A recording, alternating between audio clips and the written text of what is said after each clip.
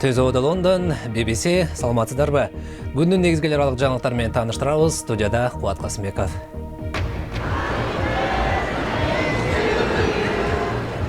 Майрам жана шаң. Британ королевасы Елизавета II-нің 90 жылдық мааракесин белгилөөгө миңдеген адамдар чогулушту. Замбриктер жана торттор дүйнөнүн эң улгайган монархынын туулган күнүнө карата Британияда ар кыл иш-чаралар өтүп жатат. Марс планетасында жашагыңыз келет беле? Кытайдын Кызыл планетага жөнөтүлчү миссиясы тууралуу айтып беребиз.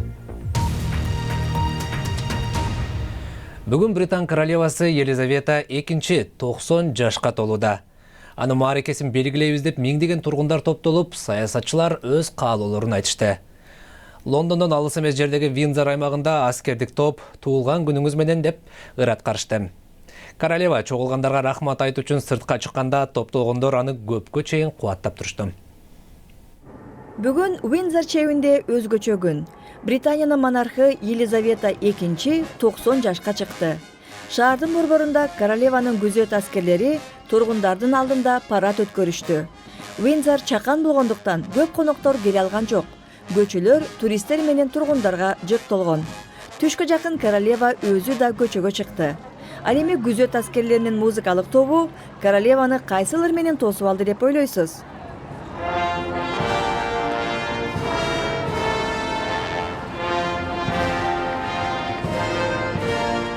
Елизавета II Виндзор чебинен чыкканда Улуу Британиянын негизги шаарларында королеванын урматына замбиректер атылды. Букингем сарайы болсо 3 расмий сүрөттү жарыялады. Алардын биринде королева 2 небереси жана 5 чөбөрөсү менен отурат. Королеванын алдында принц Уильямдын кичүү кызы принцесса Шарлотт отурса, жанында анын байкеси принц Джордж туруп турат. Экинчи сүрөттө королева иттери менен Виндзор чебинде түшкөн. Жана үчүнчүдө кызы принцесса Анна менен отурат. Королеванын туулган күнүндө дүйнөнүн ар бурчунан куттуктоолор келди. Британиянын премьер-министри дагы сүйлөп, королева тактыга отургандан кийинки 64 жылга сереп салды.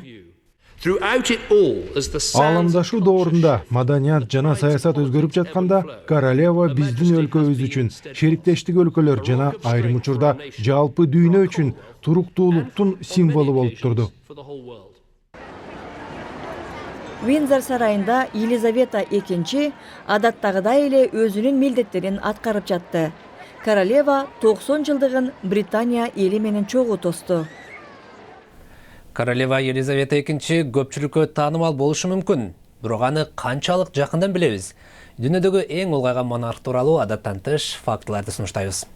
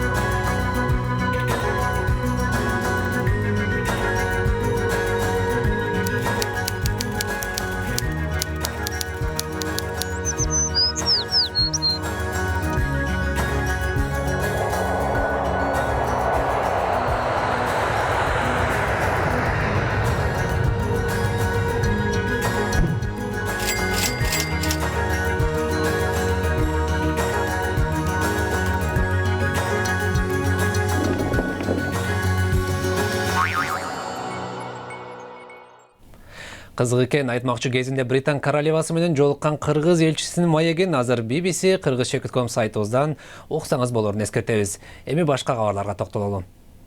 Mitsubishi компаниясы 600 000 унасында күйүүчү майдын эффектсиздүүлүгү тууралуу маалымат бурмаланганын мойнуна алгандан кийин Жапон бийлиги компаниянын кеңселеринде тинтүү жүргүздү. Mitsubishi'deki үлүштөрүн сатууну каалаган адамдардын саны көбөйгөндүктөн акциялардын соодасы дээрлик 2 эсе азайды.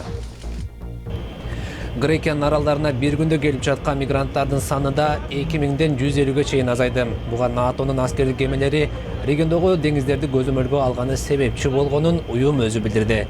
НАТО Түркияга жөнөтүлгөн маалыматтар адам ташыгандарды аныктоого жардам бергенин айтат. Мексиканын түштүк чыгышында мунайдан жасалган химиялык заттарды чыгаруучу заводдо жарылуу болуп, андан 13 киши каза тапты, жүздөй адам жаракат алды. Уулуу заттар чыгып жаткандыктан заводдун айланасындагы тургундар эвакуацияланды. Бул мамлекетке таандык Pemex компаниясынын заводдорунда болгон биринчи кырсык эмес. Адам баласы аман калуу үчүн башка планеталарга барып, жашоону үйрөнүшү керек дешет айрым окумуштуулар. Алар Марсты мисал келтиришет. Бул аптада Кытай келечекте кызыл планетага чакан кеме кондуруу планынын чоо жайын жарыялаганы турат. Кытайдын Ай жана Марс миссияларын жетектеген расмий биринчи жолу BBC-ге маек курду. Бейжин шаарындагы Илимдер музейинин коноктору космос тууралуу көргөзмөгө кызыгышууда. Ондогон жылдар бою Кытайдын бийлиги космостук долбоорлорун жашыруун кармап келген. Эми алар ачыкталууда. Кытай 2020-жылы Марс планетасын изилдегиси келет. АКШ, Европа жана Индия Марска өзүнүн иликтөөчү жакан космостук кемелерин жөнөткөн. Эми Кытай да өзүнүн изилдөөсүн баштайт. Биздин кеме планетага конуп, артка маалымат жөнөтөт.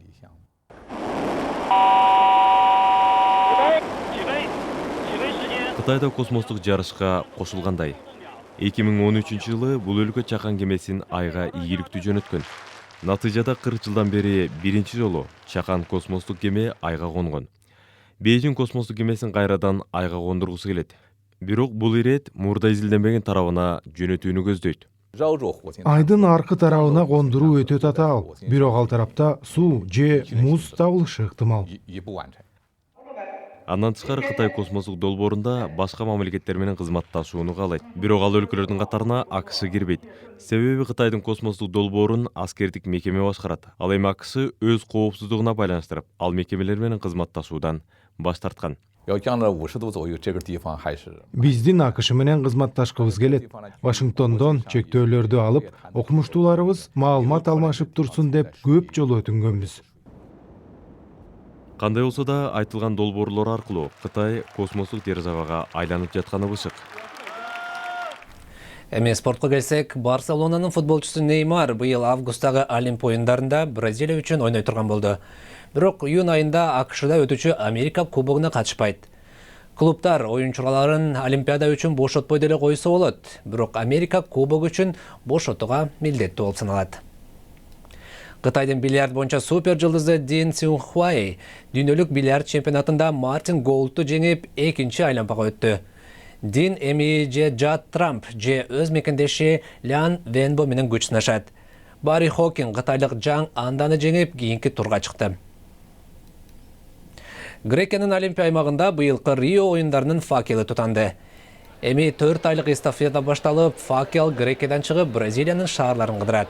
5 август Олимп оюндарынын башталышына карата факелди Риодогу Маракана стадионуна алып келишет.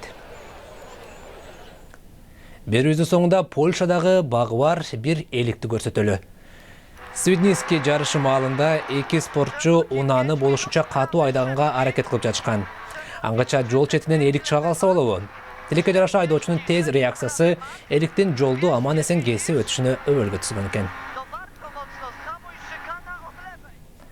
Биздин бул жана башка жаңылыктар сайтыбызда да бар. Азыр bbc-кыргыз.com дарегин терсеңиз, Британ королевасынын уникалдуу сүрөттөрүн көрө аласыз.